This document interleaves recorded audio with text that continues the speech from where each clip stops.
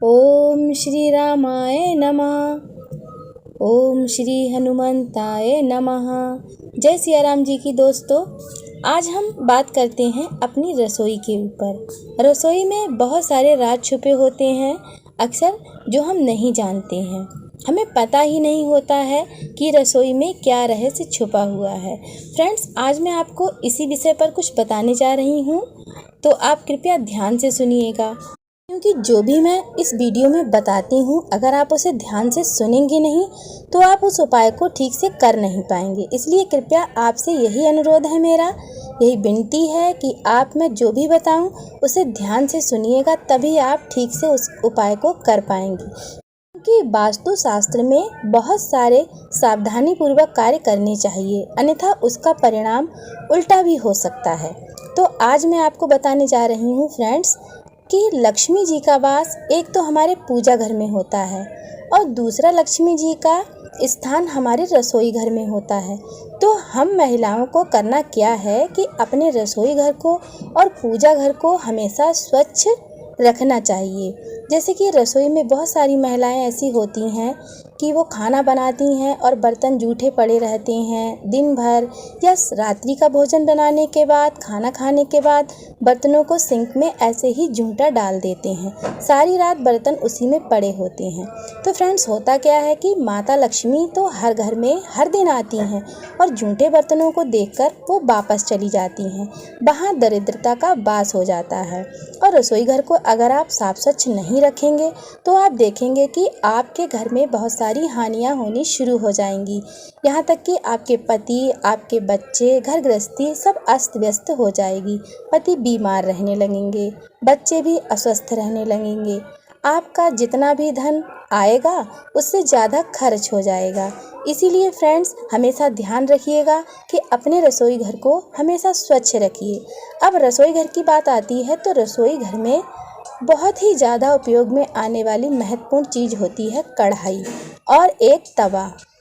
क्योंकि अगर हम तवे को स्वच्छ नहीं रखेंगे और उसको व्यवस्थित नहीं रखेंगे तो रोटियां नहीं बनेंगी, क्योंकि तवे से ही रोटियां बनेंगी और उसी पर रोटियां सिकती हैं, तभी तो हम लोग खाते हैं।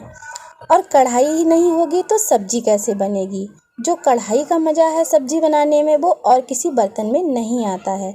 तो फ्रेंड्स, हमेशा कढ़ाई और तवे को एकदम से चकाचक बढ़िया से साफ कर लेना चाहिए, बिल्कुल चमकदार। कहते हैं ना, जितना ही जिसके घर का तवा चमकेगा उतना ही उसकी किस्मत चमकेगी।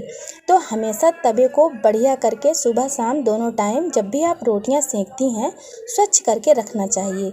उस पर हो सके तो नमक और नींबू से रगड़ दीजिएगा, क्योंकि वो स्वच्छता से अच्छे से साफ हो जाए। और उसको उल्टा कभी नहीं रखना है। इसी तरह से कढ़ाई को भी साफ़ करना है।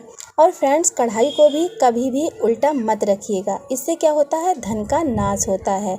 ऐसा वास्तुशास्त्र में बताया गया है कि कढ़ाई और तवा को कभी भी उल्टा नहीं रखना चाहिए। और हाँ फ्रेंड्स, अगर हम तवा को इस्तेमाल करने के बाद ऐसे ही उल्टा पुल्टा डाल देंगे तो हमारे घर में बहुत सारी नेगेटिव ऊर्जा आ जाएगी।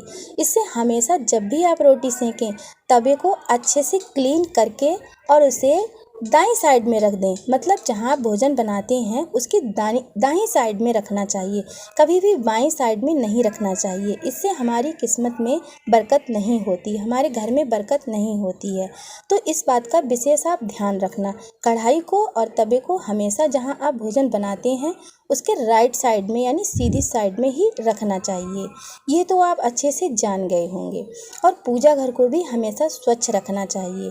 तो फ्रेंड्स, जब भी आप अपने तवे को रात में चमका कर रखें तो सुबह जब सबसे पहले आप रोटी सेकना स्टार्ट करें तो उसके ऊपर एक साफ नमक में फ्रेंड्स कुछ भी मिला नहीं होना चाहिए, जैसे कि हल्दी या मिर्च, कुछ भी नहीं होना चाहिए, एकदम से प्योर होना चाहिए।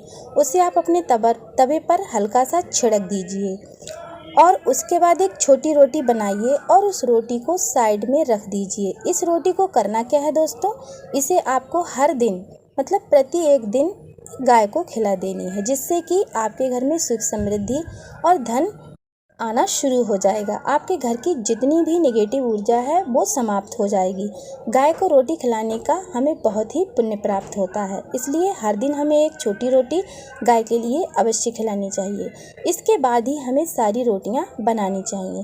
फ्रेंड्स, जो भी मैं आपको उपाय बताती हूँ उनको आप जैसे मैं बताती हूँ वैसे ही करना, इसी में भलाई होती है। क्योंकि अगर आप गलत सलत वीडियो सुनेंगे, स्किप कर देंगे तो आपको ठीक से बात समझ में नहीं आएगी और आप करना कुछ अच्छा चाहते हैं और हो जाएगा कुछ गलत। ये आप ध्यानपूर्वक उपायों को सुने, फिर उनको अपने जीवन में उपायों को अपनाएं। क्योंकि वास्तुशास्त्र में ऐसे बहुत सारे उपाय हैं, उनकी वजह से हम अपने जीवन में आने वाले कष्टों को सुधार सकते हैं। जहाँ तक हो सके अपनी रसोई के बर्तनों को ज़्यादा देर तक जूठा ना रखें और हो सके तो रात्रि के भोजन के बाद बर्तनों को साफ़ करके ही रखें और रसोई घर को अच्छे से साफ़ कर दें कि जिससे आप अगली सुबह जब उठेंगी तो आपको रसोई एकदम साफ़ साफ़ मिलेगी, तो आपका मन भी प्रसन्न होगा और जितनी भी नकारात्मक ऊर्जा है वो भी आपके घर में कभी नहीं आएगी। तो ऐसा आप अवश्य करिएगा। और पूजा घर को भी आप हर दिन अच्छे से सफाई कीजिए और तभी आप पूजा घर में पूजा करने के लिए बैठें। तो देखना फ्रेंड्स, आपके घर में जितनी भी जो भी दरिद्रता भरी हुई है वो कुछ ही दिनों में हटकर चली जाएगी और आपके घर में माँ लक्ष्मी का वास हो जाएगा। ऐसा शास्त्रों में लिखा हुआ है और वास्तु शास्त्र में भी इसका कहीं ना कहीं हर जगह जिक्र होता है कि रसोई घर और पूजा घर को हमेशा स्वच्छ रखना चाहिए। तो बस आज के लिए आपसे यही विनती है कि आप इन सब उपायों को अच्छे से करें और अपने रसोई घर में ये 2 बर्तन उल्टे कभी ना रखें। फिर देखना आपके कुछ ही दिनों में सारी दरिद्रता घर से चली जाएगी।